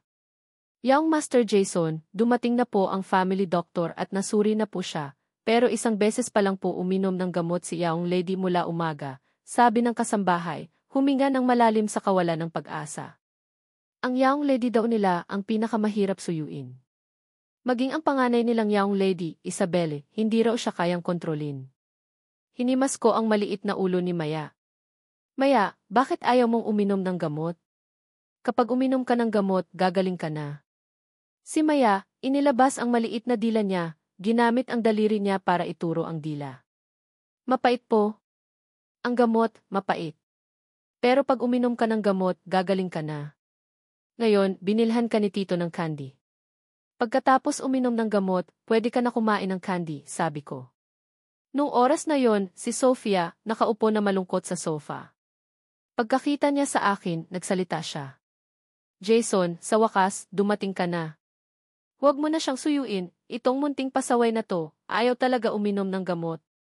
Maya, mabait, uminom ka na ng gamot, ha? Bibigyan ka ni Tito ng candy. Narinig yon, si Maya, mabait na uminom ng lahat ng gamot sa kamay ko. Nagmadali akong isinubo ang isang piraso ng candy sa bibig niya. Bakit may ganito kabait na bata? Gusto ko na siyang buhatin pa uwi. Si Sofia naman, natigilan na mula pa kanina. So uminom na siya ng gamot. 2 oras mo siyang sinuyo, ayaw pa rin uminom. Pero ikaw, 2 salita mo lang, uminom na si Maya. Nagmadaling kinuha ni Sofia ang telepono. At Isabel. Uminom na si Maya ng gamot. Dumating si Jason, agad uminom si Maya ng gamot. Bakit ganun? Mas masahol pa ba ako sa ibang tao? Si Sofia, naghinanakit, binabaan ng telepono sa kabilang linya. Tumahimik sandali tapos binabaan ako ng telepono nang walang pag-aalinlangan. Si Sofia, malungkot na umupo sa sahig, gumuhit ng bilog. Binigyan ko pa si Maya ng isa pang piraso ng candy. Tapos, nilagay ko ang natitirang candy sa bulsa ng damit niya. Maya, ngayon, 2 piraso lang ang pwede mong kainin. Kung hindi, masisira ang ngipin mo, hindi ka na makakain ng kahit ano. Si Maya, kontento, pinisil-pisil ang bulsa ng damit niya na may candy. Nung oras na yon, kararating lang ni Isabel sa bahay, nagmamadaling nagtanong, Maya, okay ka lang? Umiti ako at sumagot, okay na po siya. Kakainom niya lang ng gamot. Madam Isabelle, hindi na po kailangan mag-alala. Hinimas ni Isabelle ang ulo ni Maya. Mahina ang katawan ng bata, tapos ayaw uminom ng gamot. Hindi siya masuyo kahit anong gawin. Paanong nagawa mo si Maya na uminom ng gamot? Sinabihan ko siyang uminom ng gamot, tapos uminom na siya. Napakabait ni Maya, sabi ko. Bahagyang nag-aalangan si Isabelle, nagsalita. Jason, may gusto pa akong pag-usapan sa iyo. Si Maya, nitong mga nakaraan, sobrang nakakapit sa iyo. Ngayon din, uminom lang siya ng gamot pag ikaw ang nagpasubo. Baka, lumipat ka na lang dito sa mansion para tumira ng pansamantala? Kakainom ko lang ng isang lagok ng tubig, muntik na maibuga ko. Hindi po maginhawa dito, sabi ko. Ano ba ang hindi maginhawa, sabi ni Isabel. Lalaki ako, okay lang na tumira dito. Bukod pa dun, marami ring lalaking kasambahay dito. Anong kinakahiya mo? Sumang-ayon din si Sofia at nakiusap. Nga, Jason. Tulungan mo si ate at si Maya. Pag nagkasakit si Maya, ayaw uminom ng gamot. Lahat kami wala nang magawa. Ikaw lang ang kaya niya. Si Maya din, gumapang mula sa bisig ni Isabelle at pumasok sa bisig ko. Nakita yon, ipinikit ko ang mga mata at pumayag. Okay, mananatili ako dito ng 1 buwan. Kumunot ang noo ni Isabel. 1 buwan? Masyadong kaunti. Bakit hindi na lang 1 taon? Kinurot ni Sofia ang pisngi ni Maya. Maya, si Tito Jason, mananatili dito kasama mo. Masaya ka? Mumiti si Maya at tumango, 2 kamay mahigpit na nakayakap sa akin. Nakita ni Sofia ang 2 tao sa harap niya. Habang tinitingnan niya, lalo silang nagiging magkamukha bilang mag-ama. Jason, tingnan mo naman, gusto ka ni Maya ng ganito. Tingnan ka niya parang daddy niya na. Bakit hindi mo na lang maging daddy ni Maya, sabi ni Sofia. Sofia, pag-usapan na lang natin to mamaya, sabi ko. Nagmamadali kong inihiga si Maya sa sofa, balak umalis agad. Pagkalapit ko sa pinto, tinawag ako ni Isabel. Kailan ka lilipat ng gamit?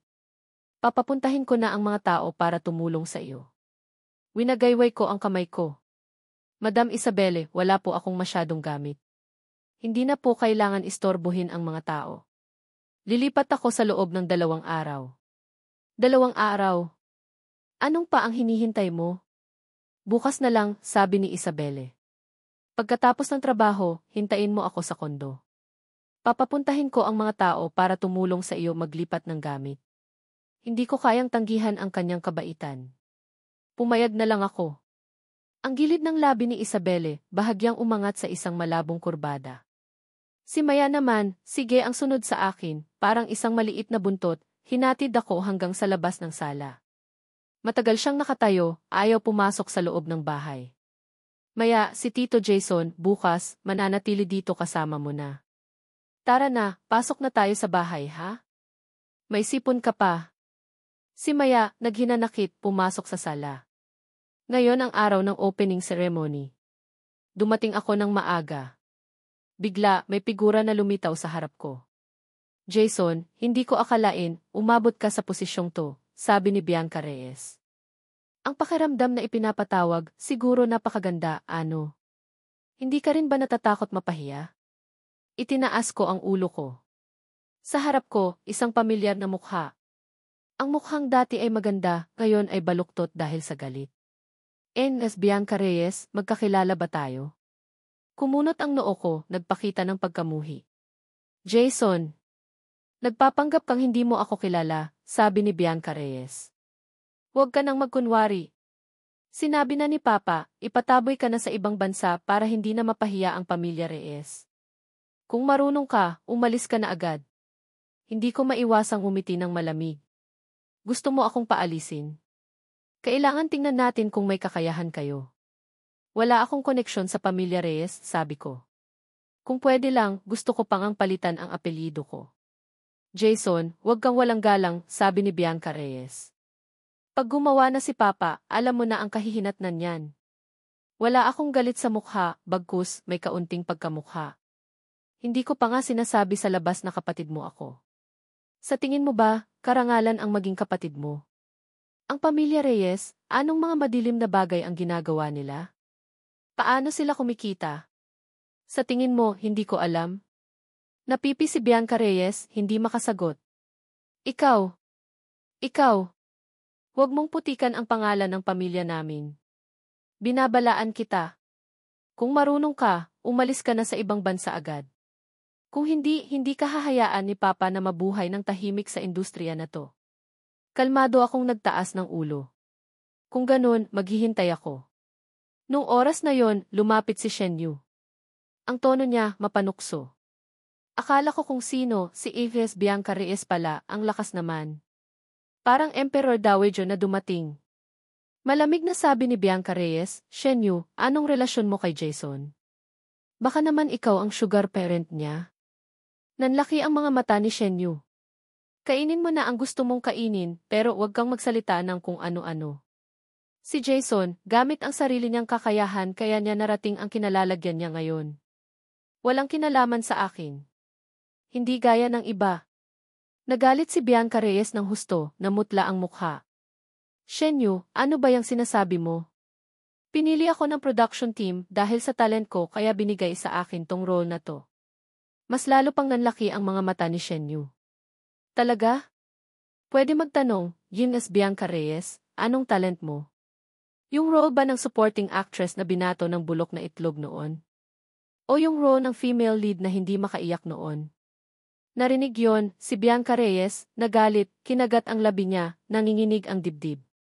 Shen Yu, huwag kang sumusobra. Huwag mong kalimutan, supporting role ka lang, ako ang female lead. Pagkasabi noon, umalis siya sa galit. Si Shen Yu, tiningnan ang kanyang pag-alis, itinaas ang kamao. Itong babaeng to, talagang walang kwentang tao. Narinig ko na noon, umakyat siya sa posisyon niya ngayon dahil sa impluwensya ng pamilya niya. Bakit mo siya ginulo? Tanong niya sa akin. Nagkunwari akong inosente, kumurap-kurap. Hindi naman. Siya naman ang unang lumapit para manggulo. Wala pa nga akong sinasabi. Talaga, sabi ni Shen Yu. Kung ganun, sa susunod, layuan mo siya. Walang kwentang tao yan. Natapos ang seremonya. Inimbitahan ng direktor ang lahat na mag-dinner sa hotel. Gabi na nang makauwi ako sa kondo unit. Bigla, isang pamilyar na anino ang nakatayo sa ilalim ng building. Nag-alangan ako ng matagal. Hindi ko napigilan, tinawag ko, Liza. Ang anino, lumingon. Pero hindi ang malinis na mukha ni Liza Flores, kundi ang matalim at magandang mukha ni Isabel. Ang isa, parang sinag ng buwan sa langit. Ang isa, parang malamig na bulaklak. Dalawang tao na magkaiba ng husto. Pero nagkamali ako ng tawag. Madam Isabel? Bakit po kayo nandito ng ganito kagabi? Naalala ang pangalang tinawag ko kanina, medyo na-awkward ako. Nang makita niya ang mga mata ko, sumilay ang isang malamig na kislap sa mga mata ni Isabel, pero walang emosyon sa mukha niya. Hindi ba kahapon pumayag kang lumipat sa mansion?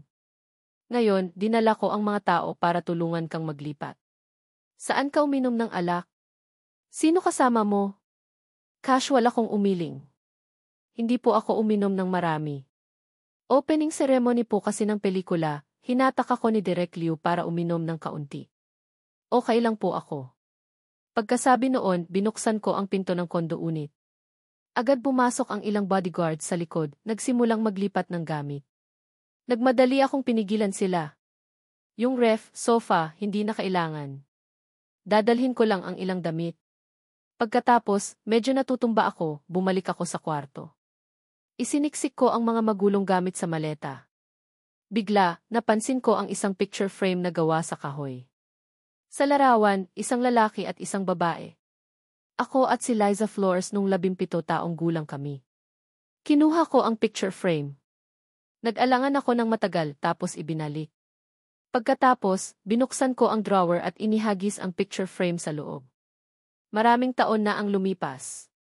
Oras na para kalimutan na. Jason, tapos ka na ba? Dala ko ang maleta palabas ng kwarto. Kaunti lang ang gamit ko. Ang kaunti naman ang gamit mo, sabi ni Isabelle. Kumpleto naman doon ang kumot, bedsheet, unan, kaya hindi na kailangan magdala.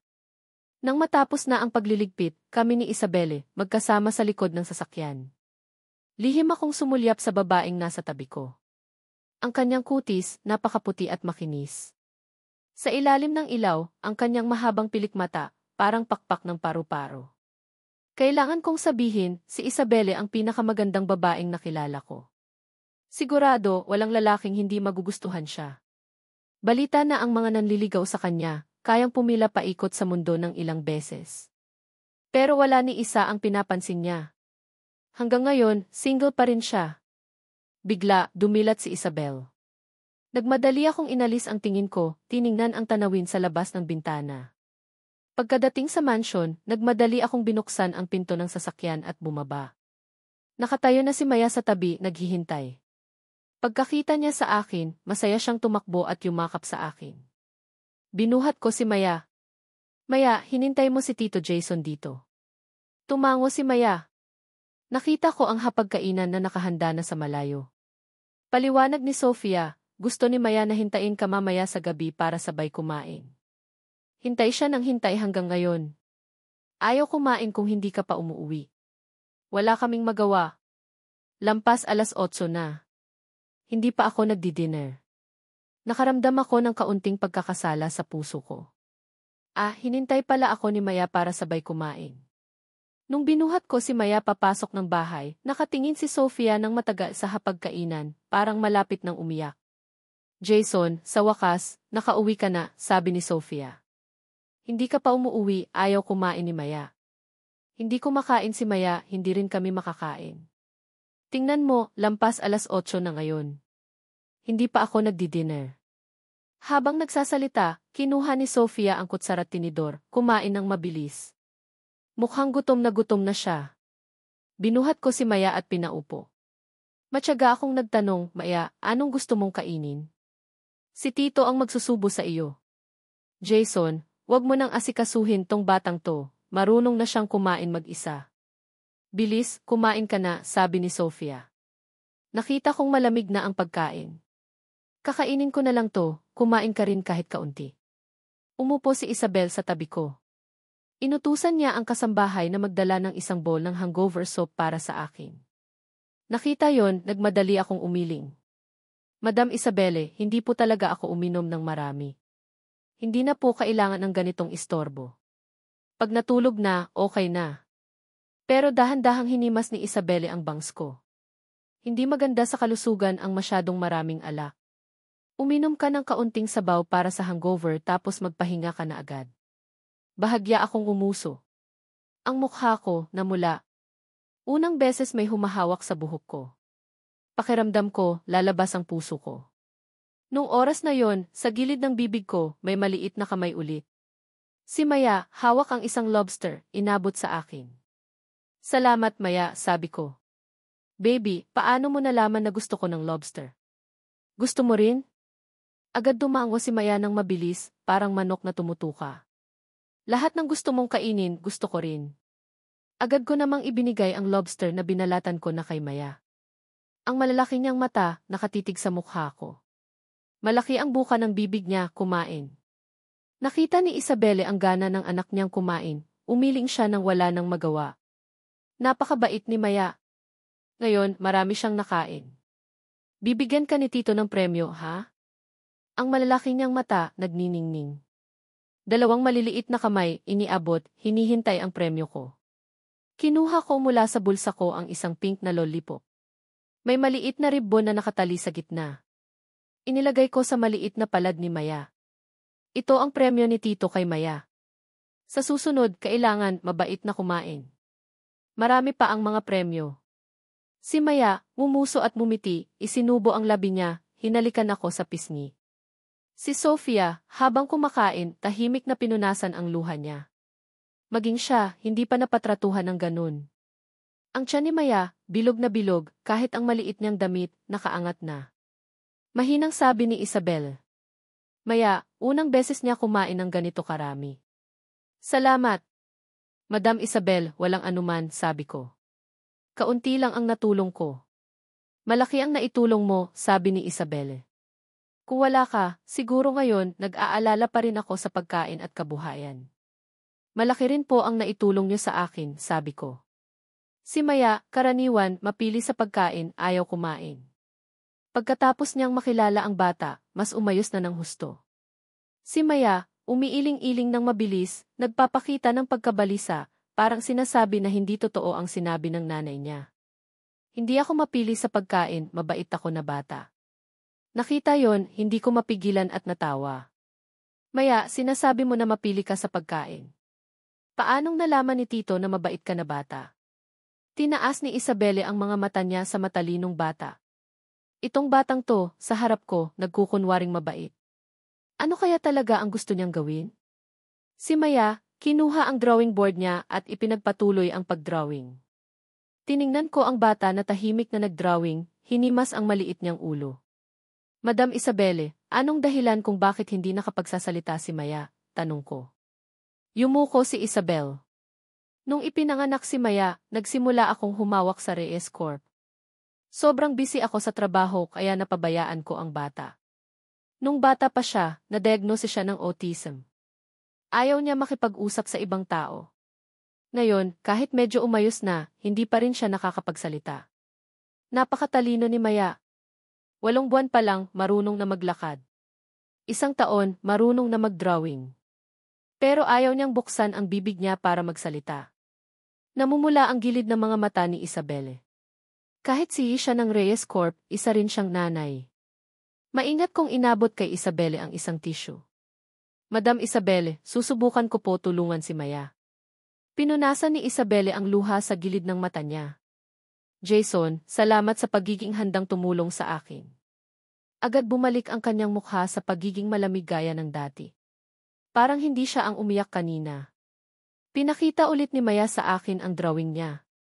Family pa rin na 3 tao, masaya. Nakita yon, matyaga kong ipinaliwanag kay Maya. Maya, hindi si Tito Jason ang papa mo. Hindi mo pwedeng iguhit si Tito Jason dito. Umiling si Maya. Ginamit niya ang panulat sa drawing board, isinulat ang 2 salitang si Papa. Bigla, parang nasikipan ang puso ko.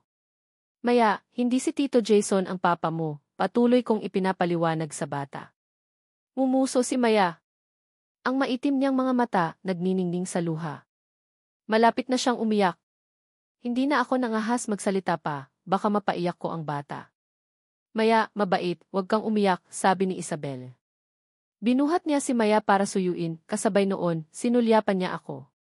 Nag-alangan ako sandali tapos matatag na nagsalita. Maya, hindi po talaga si Tito Jason ang papa mo. Si Tito Jason po ay tito mo. Tumigil sa pag-iyak si Maya. Kinuha niya ang panulat, binura ang dalawang salitang ipapa, at isinulat ang dalawang salitang tito-tito. Nung oras na yon, isang kasambahay ang may dalang tray ng pagkain. Young lady, yung hangover soup na pinahanda nyo, luto na po. Kinuha ni Isabel ang puting ceramic bowl, inabot sa akin. Jason, inumin mo ang hangover soup. Tiningnan ko ang bowl ng sabaw. Sige, narito ang kasunod na bahagi ng inyong kwento, isinalin at iniaangkop sa wikang Tagalog, gamit ang mga pinalitang pangalan, pananaw, at pinananatiling consistent ang kultura. Ang maitim na sabaw.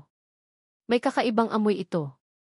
Ang mukha ko, medyo mahirap maipaliwanag. Pakiramdam ko, magaling na ako. Kumunot ang noo ni Isabel. Inumin mo na. Kahit papaano, kabaitan yan mula kay Madam Isabel, kaya hindi ako tumanggi. Kinuha ko ang bowl at ininom hanggang maubos. Kahit hindi maganda tignan, okay naman ang lasa. Hindi masyadong mapait. Nagmamadali si Maya, kinuha ang candy sa bulsa ng damit niya at binigay sa akin. Napakagalak ko, muntik na akong maiyak. Salamat, Maya. Si Sofia, nakatayo sa tabi, pinapanood ang eksena, tinatakpan ang bibig para tumawa ng palihim. Hindi niya akalain, darating ang araw na pati ang ate niya, di napapansinin or dislike. Maya, matulog ka mag-isa ngayong gabi, ha?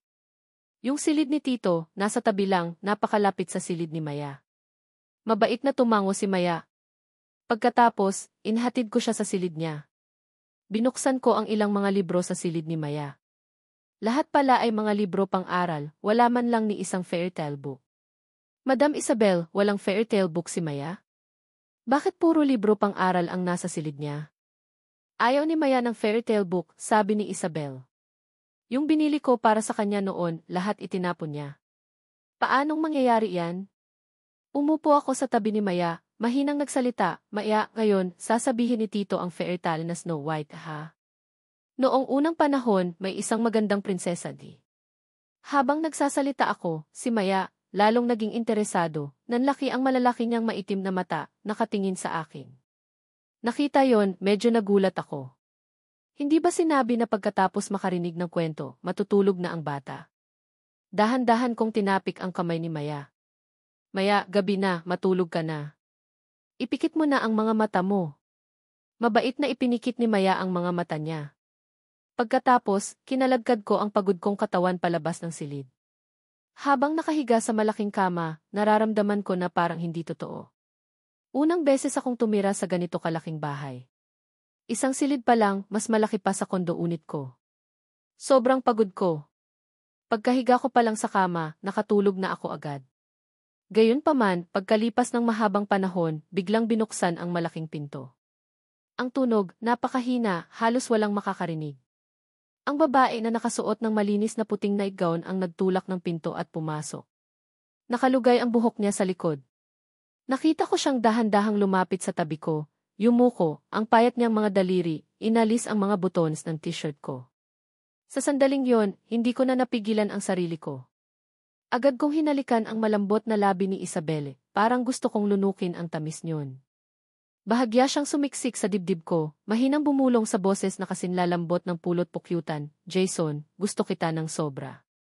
Mula nung una kitang makita, naramdaman ko na agad na napakalapit natin.